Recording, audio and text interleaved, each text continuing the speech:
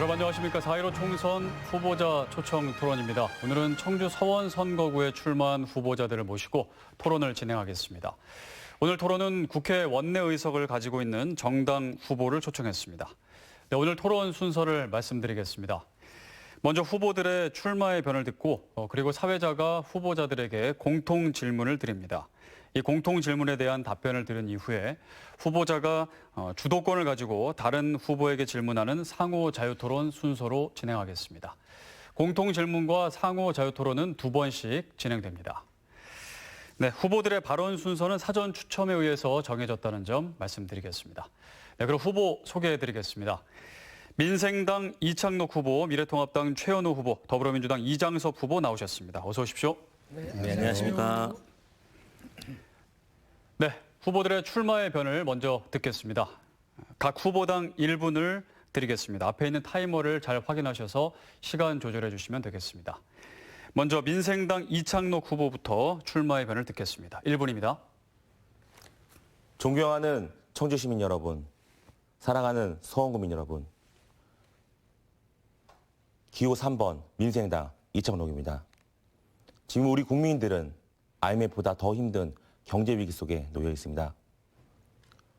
문재인 정부는 소득주 성장에 실패하였고 기득권 거대 양당은 본인의 이익만을 추구하며 고소원과 몸싸움으로 국회를 마비시켰던 동물국회, 민생을 도외시했던 식물국회였습니다. 저는 이 양극단 지역놀이에 치우치지 않고 오직 우리 민의와 민생만을 위한 실용정치를 실현하여 반드시 이 위기를 극복해내겠습니다. 저 이창록 시민이 주인인 정치, 서원 구민을 섬기는 마음으로 나눔을 실천하며 젊은 열정으로 서원의 경제 발전을 이바지하겠습니다. 오직하고 든든한 서원의 참일꾼, 저 이창록을 선택해 주십시오. 감사합니다. 네, 민생당 이창록 후보였습니다. 다음은 미래통합당 최현호 후보입니다. 사랑하고 존경하는 시민 여러분, 선거는 선택과 심판입니다. 지금 대한민국은 최저임금의 과격한 인상과 주 52시간 근로제 등으로 자영업자와 소상공인의 삶은 파탄 일보 직전에 놓여 있습니다. 그리고 조론안불 조국 사태는 이 땅의 정의와 공평을 망가뜨렸습니다. 급기야 코로나 사태의 초기 대응 실패는 대한민국을 심각한 위기로 몰아넣었습니다. 그래서 이번 총선에선 집권 여당 민주당을 심판하고 저 최현호를 선택해 주신다면 서민 경제를 살리고 자유대한민국을 반드시 지키겠습니다. 일하고 싶습니다. 감사합니다. 네, 미래통합당 최현호 후보였습니다. 다음은 더불어민주당 이장섭 후보입니다. 예, 청주 시민 여러분, 서원구 유권자 여러분 안녕하십니까? 우리 서원구의 새로운 변화와 발전을 몰고 올 실력 있는 새 일꾼 이장섭입니다. 사람들은 흔히 그가 어떻게 살아왔는지를 보면 그의 능력을 가늠할 수 있다고 합니다. 저는 오랜 국회 생활을 통해서 국가예산정책과 입법정책을 배웠습니다. 그리고 청와대에서 국정 운영을 경험했고 지난 연말까지는 충청북도 정무부지사로서 지방행정을 배웠습니다.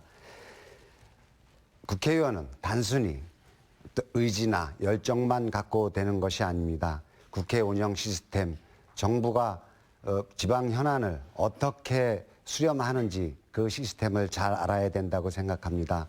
저 이장섭이 지금까지 잘 준비된 저의 경험을 가지고 우리 서원구의 새로운 미래, 새로운 발전 모델을 제시하겠습니다. 고맙습니다. 네, 더불어민주당 이장섭 후보의 출마의 변까지 들으셨습니다.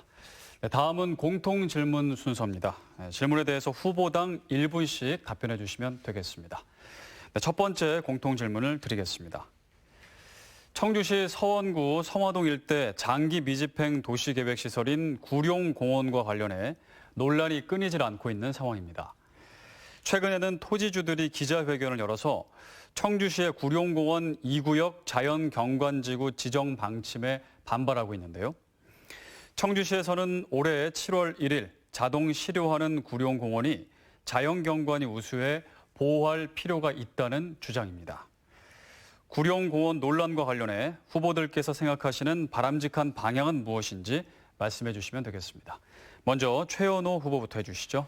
1분입니다. 구룡공원의 이 문제를 해결하기 위해서 청주시에서는 난개발 방지를 위한 거버넌스를 구성했습니다. 이 거버넌스에서는 1구역은 지금 최소한 개발하고 최대한 보존하는 방향으로 해서 민간 개발 방식으로 진행 중에 있습니다. 문제는 2구역입니다. 2구역은 약 30만 평인데 시의 예산이 충분하다면 모두 매입하면 참 좋습니다. 그러나 청주시의 재정 자립도는 37.26%밖에 되질 않습니다. 이러다 보니까 등산로는 시에서 매입하고 나머지는 지주들과 협의해서 하는데 이것이 여의치 않아서 생긴 불화입니다. 그래서 저는 국회의원이 된다면 도시공원 및 녹지 등에 관한 법률을 개정해서 국비로도 공원지역을 매입할 수 있는 예산 지급하도록 하겠습니다. 네. 감사합니다. 다음은 이장섭 후보입니다. 예, 이거 간단합니다. 어떤 시간과 돈의 문제인 것 같습니다. 시간은 당장 7월 1일 날 이제 해제가 되기 때문에 그것에 대응할 수 있는 어떤 체계가 있어야 될 것이고요. 돈의 문제는 즉 예산의 문제죠. 그러나 청주시가 감당할 수 없는 그런 규모의 돈이기 때문에 이건 지금 우리 최 후보 말씀하셨듯이 국가 예산이 투입돼야 된다라고 생각을 합니다. 해서 우선은 시간을 좀 벌어야 되는데 이 시간을 버는 방식으로 청주시가 자연경관 보호구역으로 이 지역을 조금은 묶어둬야 될 것이고요. 우리 지주들하고의 문제 속에서는 시가 빨리 이 땅을 매입할 수 있는 방식들을 제안을 해야 될 것입니다. 저는 이제 국회에 가면 전국에 비슷한 상황에 있는 국회의원들과 협의해서 도시공원법을 개정을 해서 국가가 예산 지원으로 이 도시공원 문제를 해결할 수 있도록 그렇게 하겠습니다. 다음은 이창록 후보의 답변을 듣겠습니다.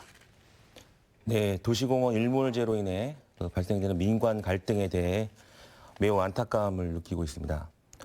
저 또한 서원구 주민으로서 구룡공원이 100% 보존이 되기를 바라고 있습니다. 현실적으로 불가능함이 이제 청주시 예산과 도비, 국비에 대해서 최대를 확보를 해야 하는데요. 민간개발 토지량을 최소화하고 보존 토지량을 최대한다는 건 의견이 다 같습니다. 하지만 그에 따른 제가 방법을 예를 한번 들어보고 싶습니다. 구룡공원의 보존에서 가장 중요한 지역, 보존 녹지 지역으로 일부 지정하여 최대한으로 보존하는 방법을 제시하고 싶습니다. 공원의 전체 매입을 하기 전 임대료를 지불하는데 지주 협약 계약을 통해 우선 임대료를 지불하고 순차적으로 매입하는 방법 내지는 토지 연금 제도라는 제도를 만들어서 장기적인 원리금 균등으로 네. 지불하는 방법을 말씀드리겠습니다. 네. 네, 첫 번째 공통 질문에 대한 세 분의 답변 잘 들었습니다. 두 번째 공통 질문 드리겠습니다. 청주 교도소 이전 문제는 선거철마다 단골 이슈입니다. 청주 교도소가 통합 청주시의 발전을 가로막고 있다는 논리 때문인데요. 하지만 법무부는 청주 교도소 인근에 청주 외국인 보호소 건물을 증축하면서 이전의 의지가 없음을 밝혔습니다. 이 문제에 대한 후보들의 견해는 무엇인지 이번에는 최연호 후보부터 답변 부탁드립니다. 1분입니다. 이 교도소 이전과 관련해서는 선결 요건이 충족되지 않으면은 이건 또 빌공짜 공약이 됩니다. 제가 1996년 15대부터 7번째 도전하기까지 가장 단골 메뉴가 이거였습니다. 그리고 시장 선거 때마다도 늘 등장하는 겁니다. 모두 옮긴다고 했습니다. 대부분이. 그러나 옮겨지지 않고 있습니다. 그 이유는 교도소를 혐오시설로 보기 때문입니다. 이 혐오시설이라는 관념이 있는 한 대체 토지를 마련하는데 절대 불가능합니다. 그래서 교도소도 사람 사는 곳이다 라고 관념을 바꾸고 또 도심 속에 교도소로 일정 기간 있다 보면은 이제 관념이 바뀌어서 대체 토지를 마련하기 쉬워질 겁니다. 청주시의 종합 마스터 플랜에 보면 2030년 경에 옮기는 걸 희망하고 있습니다. 이렇게 한 10여 년 잘 조율하다가 옮겼으면 하는 생각입니다. 네, 다음은 이장섭 후보의 답변을 듣겠습니다. 예. 그동안에 이제 청주교도소 이전 문제가 빈 공약으로 많이 있었죠. 그거는 구체적 대안을 갖지 있지 못하고 그냥 필요성만 주장한 측면이 있었고요. 또 공약이라는 것들이 누가 하느냐, 정말 그 실행 능력이 있는 사람이 공약을 내느냐에 따라서 달라질 수 있다고 봅니다. 저는 실행 능력 그리고 이 실행 방법들에 대해서 구체적인 안을 가지고 있습니다. 지금 말씀하신 대로 그 외국인 보호소 증축 이야기가 있는데 그것은 뭐 단순히 사무직들의 어떤 사무 공간들을 좀 증축하는 것이고요. 그것 때문에 교도소가 이전하지 못할 이유는 아니라고 생각을 하고요. 현재의 교도소 부지를 어떻게 활용할 것인가, 그리고 이전 부지를 어느 곳으로 갈 것인가, 그리고 법무부랑 어떻게 이 문제를 설득해 나갈 것인가, 이것들이 이제 세 가지 방식으로 진행이 돼야 되고 제가 그것을 풀어보겠습니다. 네, 다음은 이창록 후보입니다.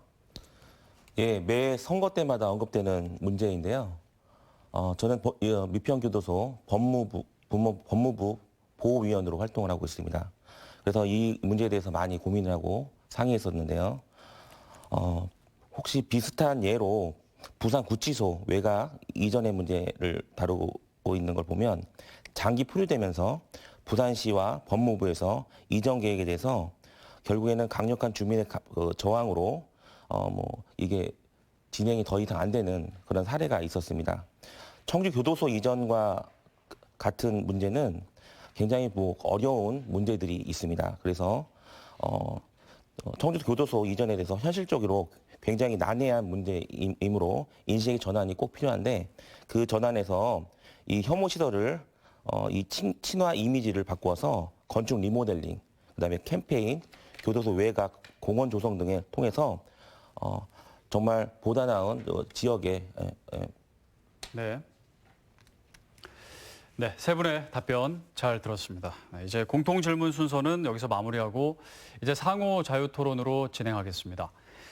각 후보당 상호 자유 토론에서는 4분의 시간이 주어집니다.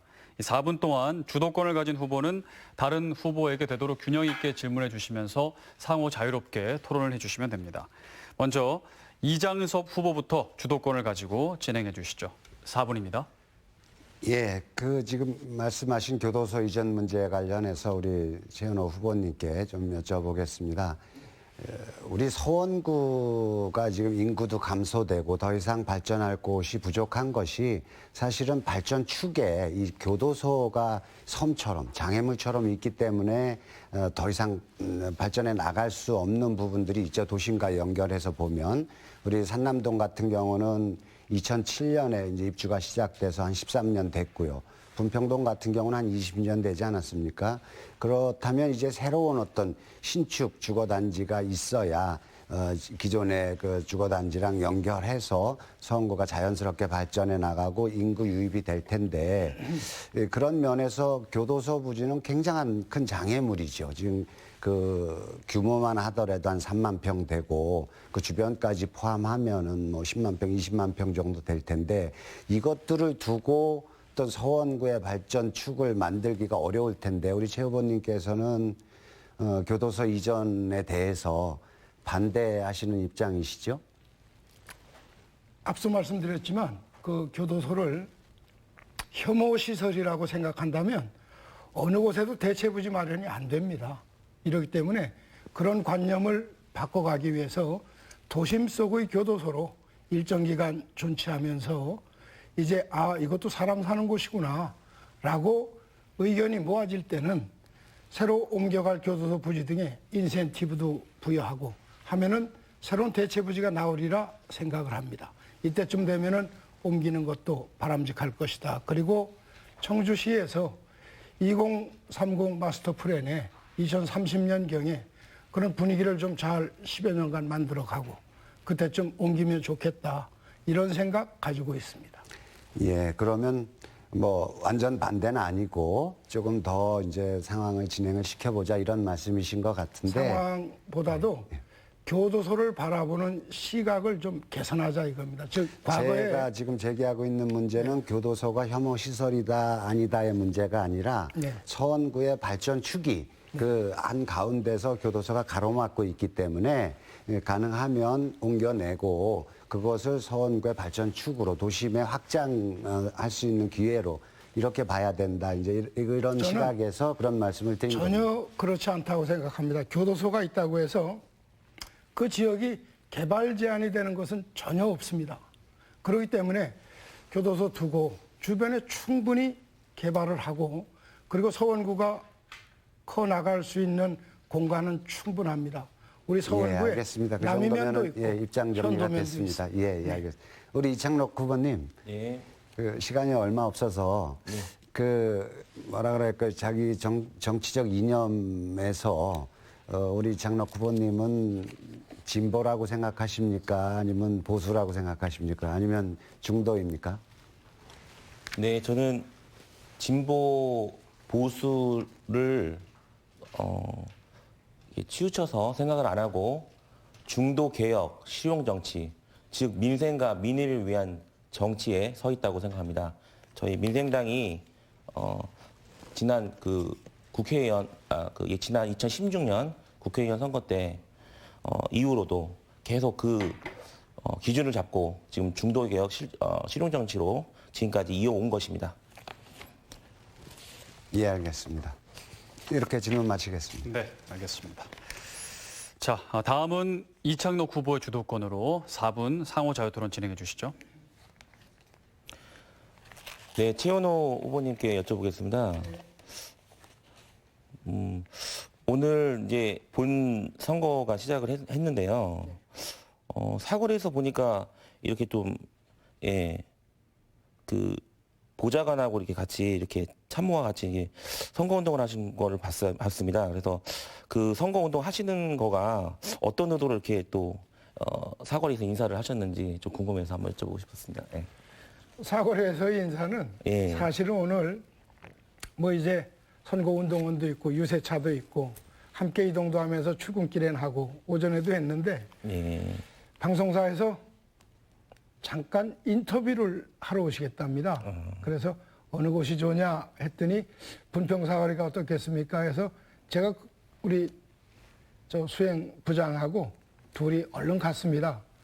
갔더니 기자분들이 도착이 안 돼서 서 있으면 뭐합니까? 선거가 이제 코앞인데 그래서 거리 인사를 드리게 됐던 겁니다. 아, 네, 알겠습니다.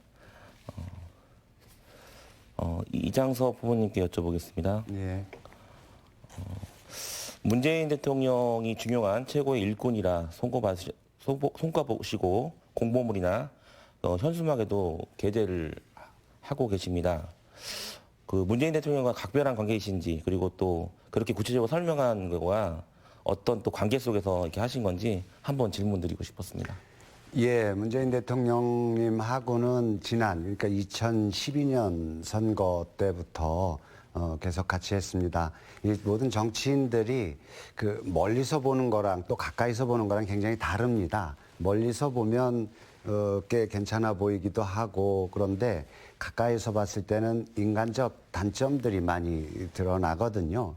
제가 그때부터 2012년부터 지금 보면 한 뭐 8년 가까이 이분을 지켜봤는데 정말 단점을 찾기가 어려운 분이었어요. 뭐 이번 어떤 그 코로나 사태를 진행하는 상황 보셔도 알겠지만은 굉장히 책임성 있게 그리고 모든 부분들을 골고루 짚어가면서도 또 상대를 배려할 줄 아는 이런 성품을 갖고 계셔서 저도 문재인 대통령 같은 그런 정치인이 됐으면 좋겠다라는 생각을 여러 번 했죠. 그런 영광스럽게도 또 문재인 대통령이 선택해 주셔서 청와대에서 지근거리에서 저분을 또 모실 수 있었고요. 저에게는 국정 전반을 경험할 수 있는 중요한 기회이기도 했지만 어떤 정치적 스승의 모범을 또 배울 수 있는 기회가 됐었어서 저는 뭐 너무도 훌륭하신 분이고 그래서 제가 네, 네. 홍보 팜플렛이라든지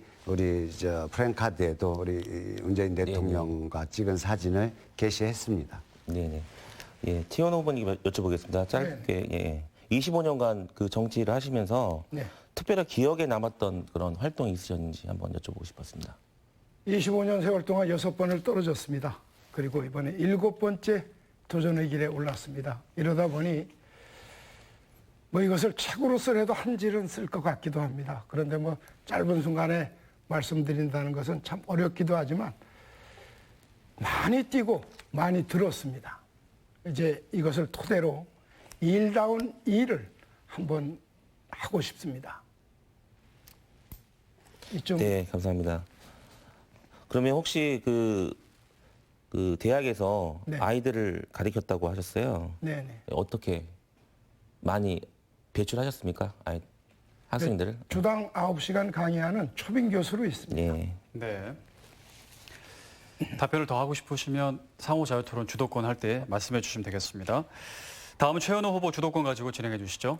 네, 보충해서 좀 말씀을 드리겠습니다. 제가 대학을 졸업한 이후 대학에서 조교를 시작으로 강사, 또 뭐 연구원, 겸임 교수, 초빙 교수 등을 거치면서 수많은 제자를 배출하기도 했습니다.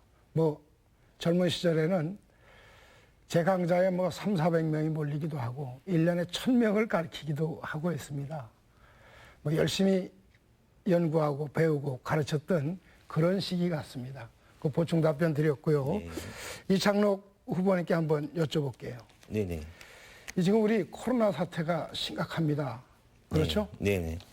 저는 코로나 사태를 처음에는 최초의 단계에서는 대중국발 우리 대한민국으로의 입국 금지를 시키면은 효과적이었을 것이다. 뭐 의사협회 등에서도 그것을 강력하게 주장을 했죠. 그러나 문정부에서는 이를 무시했습니다. 네. 그리고 최후의 보루는 개인위생과 관련한 마스크입니다. 우리 대한민국은 소위 KF라고 하죠. 코리아 필터. 이거 약 하루에 1,400만 장 정도를 생산할 수 있다고 합니다. 그럼에도 불구하고 이 대비를 하지 못해서 마스크 사기 위해서 몇십 미터, 심지어 초기에는 몇백 미터 줄을 서는데 이거에 대해서 느낀 소회를 한번 좀 듣고 싶습니다. 제가 그 선거운동을 하면서, 그리고 제가 직접적으로 경험하면서 느낀 건데, 이게 지금 사회주의 국가도 아니고, 이렇게 약국에서 1시간 이상씩 길거리에 서 있고, 그리고 또 군집회 있지 않습니까? 더 위험하게. 이건 좀 개선을 해야겠다라는 생각을 했습니다. 그리고 저뿐만 아니고, 주변의 모든 분들께서, 그거에 대해서 굉장히 욕을 많이 하셨던 거를 제가 들은 기억이 있습니다. 저는 이거에 대해서 개선할 수 있는 방법이 분명히 있었다라고 생각하는데, 우리 그 가까운 동사무소라든지 아니면 통반장님을 통해가지고 정말 그런 정말 주변에 있는 이 네트워크가 있는데도 불구하고 굳이 꼭 약국을 선택해서 해야 하느냐. 특별하게 약국을 가야 될 분은 약국을 가야 되고 저희가 정말 그 신분증까지 제시하면서 하는 그런 그 구매 자체를 이렇게까지 어렵게 해야 되느냐 정말 안타까움을 느꼈습니다. 그래서 참 이 부분에서는 참 너무나 우리 국민들에게 나름대로 좋은 안이라고 제시했지만 참 이거 실패했다. 그리고 지금도 사실 많이 이제 공급이 되면서 그나마 좀 나아졌긴 하지만 좀 생각의 차이가 참 있다라는 거 정말 그거를 정부에서는 알아야겠다는 생각했습니다. 네. 그러면 첫 번째 단계에서 대중국발 입국 제한을 하지 않은 것, 이거 옳은 정책이라고 보시나요? 어떤가요? 아닙니다. 저희 당에서도 그거는 좀 막았어야 되지 않냐라는 생각을 가졌습니다. 알겠습니다. 네. 이장섭 후보님께 좀 여쭙겠습니다.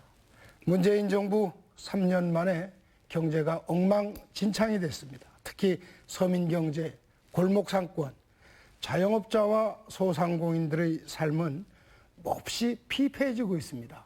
이것이 최저임금의 급격한 인상, 그리고 주 52시간 근로제라는 소위 소득주도 성장 정책 때문이다. 제가 라고 대답할 시간이 없네요. 많은 분들이 이야기하는데 이 정책을 좀 업종별, 규모별로 적용할 의사는 없는지요?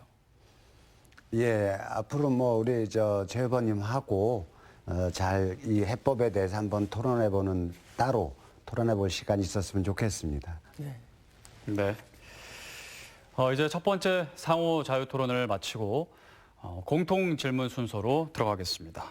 답변 시간은 1분입니다. 세 번째 공통 질문을 드리겠습니다. 최근 충청북도와 청주시가 자체적으로 계획했던 긴급 재난 생활비를 정부 안으로 일원화해 지급하기로 결정했습니다. 사실상 충북형 긴급 재난 생활비는 취소된 건데요. 이와 관련해 시민단체에서는 이미 도의회까지 통과한 긴급 재난 생활비를 정부와는 별도로 신속히 지급할 것을 촉구하고 있습니다. 이 문제에 대해서 어떤 견해를 가지고 계신지 말씀해 주시면 되겠습니다. 먼저 이창록 후보부터 답변 부탁드립니다. 네, 긴급재난 생활비는 올해 코로나로 여파로 경제적 고통을 겪고 있는 시민들에게 맞춤형으로 지원되어 생계 유지 및 경제 활성화로 작금의 어려운 시국을 이겨내고자 하며 그 목적이 있다 할 것입니다. 우리 충북도는 정부 방침에 따르는 것에 확인, 이해자 선정이나 소득 산정 시점을 두고두고 논란이 될 가능성이 많습니다. 정부는 코로나발 경기 침체가 발생되는 시기가 올해가 아닌 지난해 소득 기준으로 정할 방침으로 이렇게 되면 올해 코로나19로 수입이 줄어든 자영업자나 시집자 등의 지원 대상에서 소외될 수 있다는 생각이 있고, 이에 도는 무조건적 정부 방침이 아닌 타도의 대상 선정과 지원 금액 방법의 장단점을 파악해서 우리 도에 맞는 맞춤형 지원 계획을 세워 우리 시민의 생계 지원 및 경제 살리기에 역할을 해야 되겠습니다. 예. 다음은 최현호 후보입니다.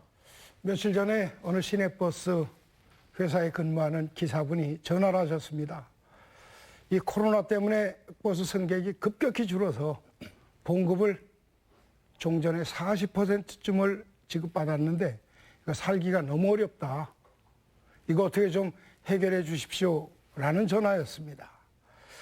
그래서 저는 긴급재난지원비 정부에서 100만 원 1회 이것보다는 긴급 구호기금으로 해서 꼭 필요한 자영업자, 소상공인 그리고 중소기업의 근로자분들께 실질적으로 효과가 있도록 또 외식업도 마찬가지입니다. 이렇게 해서 1,000만 원대 그 이상은 무이자 대출 이런 걸 하는 가운데 잘 풀어갔으면 좋겠습니다. 그리고 지방자치단체의 재정 자립도에 따라서 중앙정부에서 지급하고 여력 있으면 함께 줬으면 좋겠습니다. 네. 감사합니다. 다음은 이장석 후보입니다. 예, 저는 두 가지 의미가 있다고 봅니다. 이게 정말 코로나 상황으로 많이 어려워진 수입이 줄어든 우리 국민들에게 수입을 보충하는 그런 의미가 있을 테고요. 또 하나는 이제 이 코로나로 인해서 내수 경기가 굉장히 죽지 않았습니까? 기업들이나 소상공인들이 정말 매출이 안 나와서 어렵기 때문에 이 정부가 재정을 풀어서 국민들에게 이게 지금 현금으로 가는 것이 아니라 이제 지금 청주페이 내지는 상품권 이런 형식을 취하기로 했는데 그렇게 해서 식당에 가서 내지는 물건을 사고 싶은데 가서 이 상품권을 내고 물건을 삼으로 해서 이제 소비 진작을 시키는 그런 두 가지 생활 지원과 소비 진작 두 가지가 있기 때문에 저는 이것들이 빨리 좀 진행돼야 되고 규모도 좀 더 크면 효과가 훨씬 우리 경제를 살리는 효과가 같이 배가 되지 않을까 이렇게 생각해서 적극적으로 진행해야 된다고 보고 있습니다. 네, 답변 감사합니다. 이제 마지막 공통 질문을 드리겠습니다. 네 번째 공통 질문입니다. 청주 서원구는 흥덕구에 이어 치안 수요가 많은 지역이지만 다른 구에는 다 있는 경찰서가 없는 상황입니다. 일반 행정과 치안 행정이 일치되지 않아서 불편이 많다는 지적이 많이 있습니다. 서원경찰서 신설에 대한 후보들의 견해는 무엇인지 이창록 후보부터 답변 부탁드립니다. 예, 통합청주시 출범하면서 청주시는 4개 구로 분구됐습니다. 서원구에 경찰서가 없어서 기존 3개 서에 구역을 나눠서 치안을 맡고 있는 상황인데요. 청주시 4개 중에 가장 면적이 좁지만 인구는 2번째로 많습니다. 대학이 많고 또 오래된 연립주택이 많습니다. 지역의 특성상 청주시 4개구 중에 성범죄가 가장 많습니다. 성범죄자 출소 시 집으로 오는 그 신상 공개서를 볼 때마다 제가 2딸을 키우고 있는 아빠로서 늘 불안합니다. 이에 서원구 내에 주민이 원하는 치안복지 민원이 늘어나고 있는데 서원경찰서 신설은 꼭 필요한 지역의 과제라고 생각합니다. 이미 서원경찰서 설립 추진 사업이 진행이 되고 올해 그 예산 승인이 남겨져 있다고 알고 있습니다. 서원경찰서가 빠른 시일 내에 완공되어 서원구 주민 안전 생활과 함께 할 수 있는 최선의 노력을 제가 하겠습니다. 네, 다음은 최현우 후보입니다. 이 서원경찰서는 2023년 준공을 목표로 잘 진행이 되고 있는 듯 했는데 이 토지주들과의 마찰로 지금 주춤하고 있습니다. 그러나 제가 국회의원이 되면 양측 모두 만나서 잘 풀어보겠습니다. 서원구의 경찰서 반드시 필요하고 경찰서가 있을 때 우리 서원구에 촘촘한 치안망이 구성될 겁니다. 근데 문제는 경찰서만 설치를 하고 기존의 3개 경찰서에서 4개구를 관장했으니 인원도 각각 차출해서 해라 하면 이것은 하나만 합니다. 청주시 경찰관 1인이 담당하는 시민의 인원은 약 714명입니다. 반면에 전국 평균은 451명입니다. 우리 청주시에 근무하는 경찰관분들 경무에 시달리고 있습니다. 때문에 경찰관 정원을 증원하는 문제 함께 해결해야 됩니다. 감사합니다. 네, 다음은 이장석 후보의 답변을 듣겠습니다. 예, 이제 우리 사회가 많이 선진화되고 또 복잡다단해지면서 치안 수요가 뭐 계속 늘어가고 있는 추세죠. 해서 우리 서원구에도 경찰서가 꼭 필요한 것은 뭐 오래된 수건 사업이었습니다. 다행히도 행정안전부가 서원구 경찰서 신설에 관해서 계획을 세웠고 그래서 그동안 쭉 잘 진행돼 왔고 지금 말씀하셨듯이 이제 토지 수용 과정에서 뭐 일부 이제 아직 해결 안 된 부분이 있습니다. 다 이게 1, 2년 정도 늦어지는 것이어서 지금 서원구 경찰서 신설 문제라기보다는 그 서원구 경찰서가 신설되기 전까지 어떻게 이제 그 치안 수요를 잘 대처해서 우리 그 주민들이 불편하지 않고 또 치안 불안해하지 않는 이런 것들을 어떻게 할 것인가라고 이런 고민들을 하는 것이 현재로서는 더 현명하다라는 생각이 들고요. 네. 우리 경찰 수요라든지 이런 마무리해 부분들을 주시죠. 잘 조정해 보겠습니다. 네. 자, 세 분의 답변 잘 들었습니다. 이제 공통 질문 순서를 마무리하고 마지막 상호 자유 토론 진행하겠습니다. 이번 상호 자유 토론에서는 후보당 5분의 시간이 주어집니다. 먼저 최현우 후보부터 주도권을 가지고 진행해 주시죠. 5분입니다. 네, 이창록 후보님께 좀 여쭙겠습니다. 이창록 후보님 공약 중에 지역위원회를 상설 운영해야 한다고 공약하셨는데 저하고 뭐 생각이 똑같습니다. 국회의원에 뽑히면 그 지역에 사무소를 둘 수 있고 떨어진 지역위원장 내지는 저희 당의 경우는 당협위원장들은 정당의 최후 기구로서 정견을 모으는 곳입니다. 또 당원을 모으고 관리하는 곳입니다. 그럼에도 불구하고 상설 사무실을 두지 못하게 하는 것은 늘 우리 국민의 평등, 정치적 평등의 원칙에 위반된다고 늘 생각해 왔습니다. 이 점과 관련해서 이창록 후보님은 어떤 견해를 가지고 계신지 한번 여쭙고 싶습니다. 정치가 가면 갈수록 청년들이 정치하기가 더 어려운 세상이 되고 있습니다. 지역에서 아무리 열심히 청년이 하려고 해도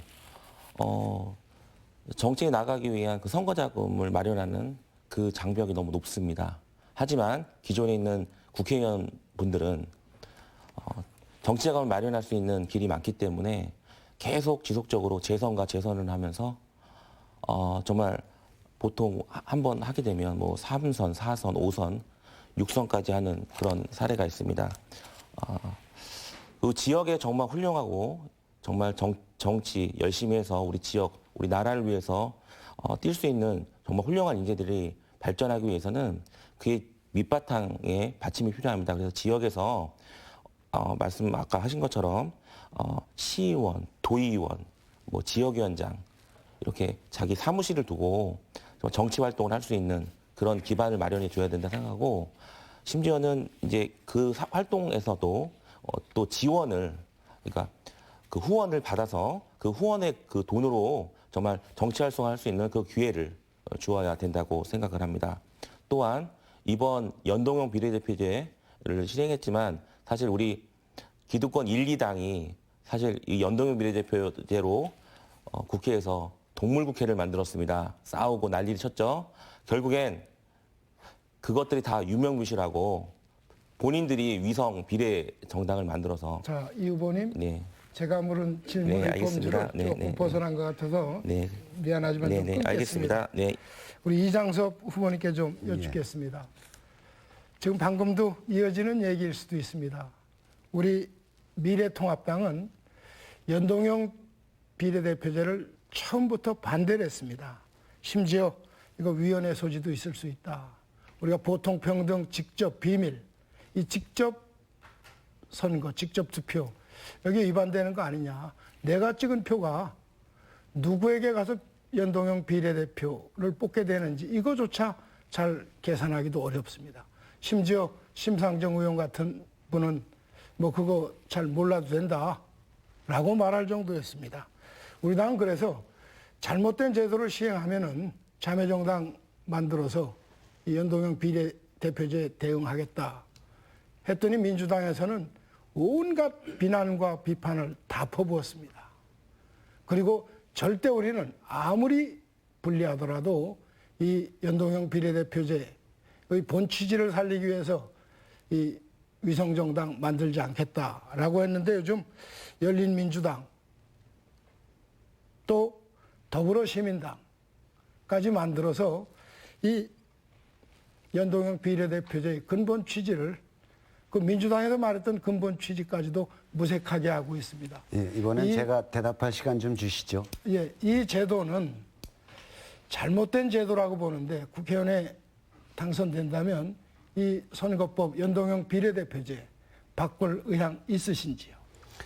예, 좀 뭐 고민을 해봐야 될 문제인 것 같습니다. 워낙 취지가 좋죠. 이게 그 다당제 중소 어떤 소수 의견을 대변할 수 있는 정당이 원내에 들어올 수 있도록 하기 위한 것이었는데 우리 그 미래통합당이 처음 반칙을 시작했어요. 그래서 제도의 원래 취지와 다른 방향으로 갔고 또 선거라는 것들이 또 이게 중요한 어떤 게임의 관계이기 때문에 또 더불어민주당도 불가피하게 비슷한 방식을 써야 돼서 국민들 앞에 매우 송구합니다. 잠깐만요. 그러나 이 법의 취지는 잠깐만요. 명확하게 제가 소수자를 대변할 수 있는 어떤 다당제로 가는 가장 중요한 해법이라고 생각을 합니다. 민주당처럼 게임의 룰을 일방적으로 그렇게 정한 적이 없습니다. 네. 시간이 다 됐습니다. 다음은 이장섭 후보 주도권을 가지고 진행해 주시죠. 예, 지금 우리 이창록 후보님께 질문을 드릴 건데 우리 최현호 후보님도 비슷한 입장을 갖고 계신 것 같아요. 그 마스크 대란 얘기를 하셨어요. 사실 저도 송구합니다. 이 줄 쭉 서 있고 이런 걸 볼 때마다 정말 무한 책임을 져야 되는 집권 여당 후보로서 굉장히 국민들께 송구하고 그렇죠. 그런데 이게 그 지금 우리 이창록 후보 말씀하셨듯이 이 바보 같은 사람들아 이걸 동사무소에서 골고루 다 나눠주면 되지 왜 그걸 약국에서 해서 줄을 세우고 1시간, 2시간씩 그렇게 하느냐. 정책이 그래서 어려운 겁니다. 사실은 뭐 그런 고민 안 했겠습니까? 동사무소에서 논아주면 좋죠. 공적 마스크인데. 그런데 처음 우리가 코로나가 시작될 당시에 대한민국의 마스크를 생산할 수 있는 총량이 하루 500만 장 정도 됐습니다. 그러다 보니까 이게 우리 대한민국 국민은 5천만 명이 넘는데 이거를 동시에 동사무소에서 나눠줄 수가 없지요. 그래서 불가피하게 약국에서 공적 판매를 하게 되면 조금 덜 필요하신 분들은 좀 천천히 사실 테고 정말 급하신 분들은 빨리 가서 사실 테고 그렇게 하면서 서서히 수요 조절을 한 겁니다. 해서 이제는 뭐 한 1,000만 장, 1,200만 장 이렇게 이제 생산이 됐거든요. 이제 그런 측면에서 좀 이해를 해 주셔야 되는데 이게 그냥 갑자기 이 코로나 사태로 전 국민이 어떻게 하면 이걸 풀어볼까 하는데 이게 정부 여당이 실수할 때만 기다리는 거 아닌가. 그리고 미처 좀 어떤 정책적인 고민들이 작은 상태에서 또 정부를 공격하면 이게 정말 의료진들도 그렇고 우리 공무원들도 정말 헌신적으로 노력하는데 그분들한테 좀 마음의 상처가 되지 않을까 이런 염려가 있습니다. 어떻게 생각하십니까? 네, 잘한 아니죠, 건, 이창록 후보님. 네, 잘한 건 잘했다고 말씀을 드리고요. 지금 말씀하신 것 중에 어떤 그 공급에 대한 문제 때문에 약국을 통해서 하셨다는데 동사무소나 아니면 통장이나 반장을 통해서 할 때도 똑같이 적용이 가능합니다. 그 나눠주는 게 아니고 공짜로 나눠주는 게 아니지 않습니까? 분명히 그 금액을 지불하고 사는 건데 그거에 따른 필요한 사람은 먼저 가서 연락해서 살 것이고 방법의 차이 뭐 이런 것들이 문제인 거지 실질적으로 예, 알겠습니다. 뭐 그 부분도 이제 행정력을 생각해 보면 만만치 않아서 그냥 나눠주면 되는 거다 그렇게 간단하지는 않죠. 이걸 다시 배분을 해야 되고 돈을 받아야 되는데 공무원 내지는 통반장들이 돈을 받을 수 있겠는가, 판매 행위를 할 수 있는가 여러 가지 또 문제들이 지금 있어서요. 우리 국가의 그 그거는 특수한 그렇게 상황 이제 아니겠습니까? 그런 상황이 그러니까, 있다는 예. 정도로 정리를 하고요. 우리 최현우 후보님, 좀 뭐 최현우 후보님하고 직접 관계된 얘기는 아닐 텐데 엊그저께 우리 한교안 대표가 방송기자클럽 초청 토론회에서 그 N번방 발언으로 이제 국민들의 공분을 사고 있습니다. 정말 이 어마어마한 이 성범죄 어마어마하죠. 그리고 우리 사회가 좀 더 이 부분들에 대해서 경각심을 가져야 되는데 우리 한교안 대표께서 호기심으로 들어간 곳인데 이런 분들까지 다 처벌하면 어떡하냐 이런 발언을 하셨단 말이죠. 근데 참 우리 한교안 대표께서도 어떤 검찰 출신이시고 법을 다루시던 분이신데 호기심으로 불법을 저지르면 그거는 용서해야 되는가. 더군다나 정말 천인공노할 문제죠. 이 성범죄, 그 미성년자들을 상대로 해서 그런 어마어마한 일을 저지른 이 N번방 사건에 대해서 굉장히 좀 여유 있으신 발언을 하셨단 말이죠. 우리 최현호 후보께서는 뭐 당대표신데 어떻게 생각하십니까? 이 살인죄의 경우에도 살인죄는 사형, 무기징역 또는 5년 이상의 징역에 처한다. 이 갭이 크죠.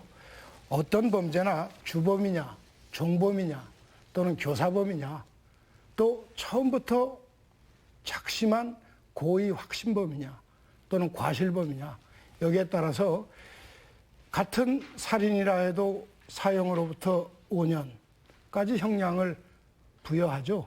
이런 의미쯤으로 황교안 대표님의 발언을 받아들이면 좋겠습니다. 최현호 후보님은 그런 시각은 아니어야 된다라고 제가 생각을 했는데 조금 유감스럽습니다. 네, 마무리해 주시죠. 네, 마지막으로 이창록 후보가 주도권을 가지고 진행하겠습니다. 네, 이건 두 분께 좀 질문을 드리고 싶은데요. 지난번 도시 정비 사업 부진으로 인해서 사직동 모충동에 대해서 꼭 재개발, 재건축 이게 아닌 다른 방식으로 해결할 수 있느냐는 문제에 대해서 한번 얘기한 적이 있습니다. 그때 제가 제시한 방법이 가칭 자율택지 지구를 만들어서 내수 경기를 활성화하고 다른 우리 지역 내에서 충분하게 그런 개발을 할 수 있다라는 전제로 말씀드렸는데요. 우리 이장섭 후보님한테 말씀드리겠습니다. 이거 제가 제시한 방법에서 어떻게 혹시 생각하시는지 아니면 또 다른 방법 생각이 있으신 건지 한번 질문 드리고 싶습니다. 제가 지금 질문에 대해서 정확히 이해를 못하고 있는 것 같습니다. 자율택지지구라는 개념이 제가 죄송하지만 우리 이창록 후보께서 가지고 있는 그 개념하고 어떤 건지를 좀 잘 몰라서요. 예, 그거는 이제 그 기존에 그 재개발, 재건축이라고 하는 그런 방법 외에 기존의 도로나 학교, 그다음에 제가 공원들을 미리 매입을 해서 그 매입한 그 토지를 기준으로 해서 확보를 하고 도시계획을 짜는 겁니다. 그래서 도로나 이런 것들을 확보해놓고 자율적으로 그 땅을 민간 소유주들이나 민간 개발 건설업자 그리고 우리 지역에 있는 그런 사람들이 개발을 하는 거를 제안을 했던 것입니다. 그래서 그를 통해서 기본적으로 줘야 될 것은 어떤 지역의 그 토지에 대한 용도를 건폐율과 용적률을 좀 높여줘서 지금 손해봤던 그런 것들을 좀 약간 만회를 시켜주고 그러면 그를 통해서 더 나은 그 건축을 할 수 있는 그런 것들을 이제 제안을 했었습니다. 그래서 그 부분에 대해서 혹시 그 지난번에 같이 한번 얘기를 나눴던 것 같아서 한번 질문을 드리는 겁니다. 예, 제가 정확히 지금의 재개발, 재건축 방식하고 지금 자율지구로 지정을 해서 하는 방식하고 그렇게 큰 차이를 제가 잘 못 느껴서요. 조금 더 그 부분에 대해서는 연구 검토를 해보기로 하고요. 그냥 지금 상식적으로 다시 생각해 보면 우리 지금 서원구 내에 있는 8곳, 한 곳은 됐다고 보고요. 이 나머지 곳의 재개발, 재건축이 가장 그 핵심적인 사안은 역시 어떤 경제성일 것 같아요. 근데 이게 다 개발되고 나면 새로운 주택이 제가 알고 있기로는 한 16,000세대 이상 공급이 돼야 되는 것이고 그렇게 됐을 때 청주 시내에서 과연 이 수요를 감당할 수 있는 것인가. 여기서부터 출발하니까 어떤 시행자 내지는 시공자가 안 나타나는 것이죠. 최원호 의원님한테도 여쭤보려고 하니까요. 한번 대답 좀 부탁드리겠습니다. 답변 좀 해주십시오. 참 이 자율택지지구 그리고 재개발, 재건축 하다 보니까 10년 이상이 돼도 지지부진하잖아요. 예. 이런 것은 사실 수요 공급의 측면에서 청주의 그 주택이라는 것이 지금 뭐 수요와 공급이 지금 뒤틀리고 있다라고 판단을 합니다. 이 사업하시는 분들은 돈이 생기면 몰려 드시겠죠. 그러나 사업성이 떨어지고 그렇기 때문에 저는 차라리 쇠퇴하는 도시를 경제적으로 사회적으로 활성화시킬 수 있는 도시 재생 사업이 더 타당하다라고 생각을 합니다. 그리고 재개발, 재건축을 하게 되면 원주민들이 그 지역에 다시 재정착할 확률은 대단히 낮습니다. 통계를 보면 30%가 되지 않는다고 그래요. 70평 대지에 1층, 예, 2층. 지금 알겠습니다. 제가 하나만 더 하려고. 네네. 예, 잘 들었습니다. 제가 그 농가기본소득제라는 법제화를 제가 정책 공약으로 내세운 게 있습니다. 1차 산업의 가치를 높이고 그다음에 청년 중장년층의 실업 문제를 해결하고 지역 균형 발전과 농촌 상권을 활성화할 수 있다. 젊은 사람들이 정말 제대로 된 지원을 받고 그 지원을 하에 도시에서 농촌으로 가서 가족이 아이를 낳고 그 아이가 학교를 다니면서 폐교가 열리고 도시가 아닌 농가의 상권이 활성화되는 그런 거를 제안했는데 어떻게 했지? 최원호 후보한테 여쭤보겠습니다. 어떻게 그 긍정적으로 혹시 보시는지. 네, 뭐 근본적으로는 동의합니다. 예, 그런데 감사합니다. 그러면 저기 이장수 후보님도 한번 여쭤보겠습니다. 예, 동의합니다. 네, 감사합니다. 네. 이제 상호 자유 토론이 끝났습니다. 이제 오늘 토론을 마무리할 시간이 됐는데요. 마지막 발언 1분의 시간을 드리겠습니다. 하고 싶은 이야기를 잘 정리하셔서 유권자 여러분들께 마무리 발언을 해주시길 바랍니다. 더불어민주당 이장석 후보부터 마무리 발언 해주시죠. 예, 시민 여러분, 서원구 유권자 여러분, 오늘부터 공식 선거운동 기간 13일이 시작됐습니다.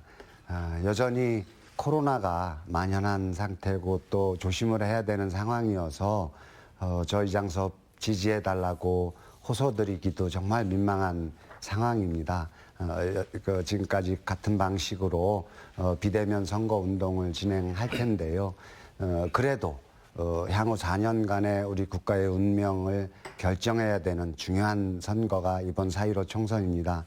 정말 문재인 정부의 후반기 2년을 안정적으로 갈 것인가, 정말 상식적이지 않은 우리 야당의 발목 잡기에 대한민국의 미래를 걸을 것인가 이런 판단을 하셔야 됩니다. 그리고 또 정말 일할 수 있는 준비된 후보가 누구인지도 판단하셔야 됩니다. 저 이장섭이 감히 서원구 여러분들께 저를 선택해 주십사 호소드립니다. 고맙습니다. 다음은 민생당 이창록 후보입니다. 네, 존경하고 사랑하는 서원구민 여러분. 나라와 국민을 위해 희생한 용사들 300이란 영화를 보셨습니까? 대한민국에 있는 300명의 국회의원이 있습니다. 영화 300 속 300명의 용사는 나라 국민을 지키기 위해 목숨을 걸고 싸웠지만 대한민국의 국회의원 300명은 자신의 권력과 정권 유지에만 혈안이 되었습니다. 당의 눈치만 보는 오로지 당에 충성하는 300명을 또 뽑으시겠습니까? 국회의원, 이젠 특권을 내려놓아야만 합니다. 당이 먼저가 아니라 국민이 먼저인 용사 300명을 뽑는다면 대한민국의 행복한 날이 올 것입니다. 제가 그 300명의 용사 중 서원구민을 최우선으로 생각하는 용맹스러운 최고의 용사가 되겠습니다. 저 아이셋 아빠 우직하고 든든하게 저 서원의 미래를 약속드리겠습니다. 감사합니다. 네, 마지막으로 미래통합당 최현호 후보입니다. 네, 사랑하고 존경하는 시민 여러분, 저 최현호는 선거 때만 표달라고 구걸하는 염치 없는 정치꾼은 아닙니다. 언제나 지역 주민과 소통하는 가운데 주민의 눈높이에서 생활정치를 구현하기 위하여 더 많이 뛰고 더 많이 듣겠습니다.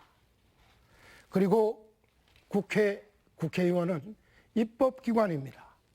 따라서 국회의원은 법을 만들 수 있는 자질이 가장 중요합니다. 저 최현호는 법학을 전공하고 30여 년 세월 동안 대학 강단에 선 법학자입니다.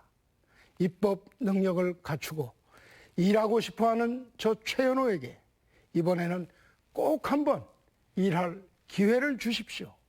존경하는 시민 여러분, 늘 건강하시고 행복하십시오. 감사합니다. 네, 이제 오늘 토론을 마무리하겠습니다. 긴 시간 함께해 주신 시청자 여러분, 그리고 청주 서원구 유권자 여러분 감사드립니다. 오늘은 청주 서원 선거구에 출마한 후보자들을 모시고 토론을 진행했습니다. 오늘 토론 여러분의 선택에 도움이 되셨기를 바랍니다. 내일 금요일 저녁 6시 50분에는 청주 상당구 후보 토론회가 생방송됩니다. 여러분의 많은 시청 바랍니다.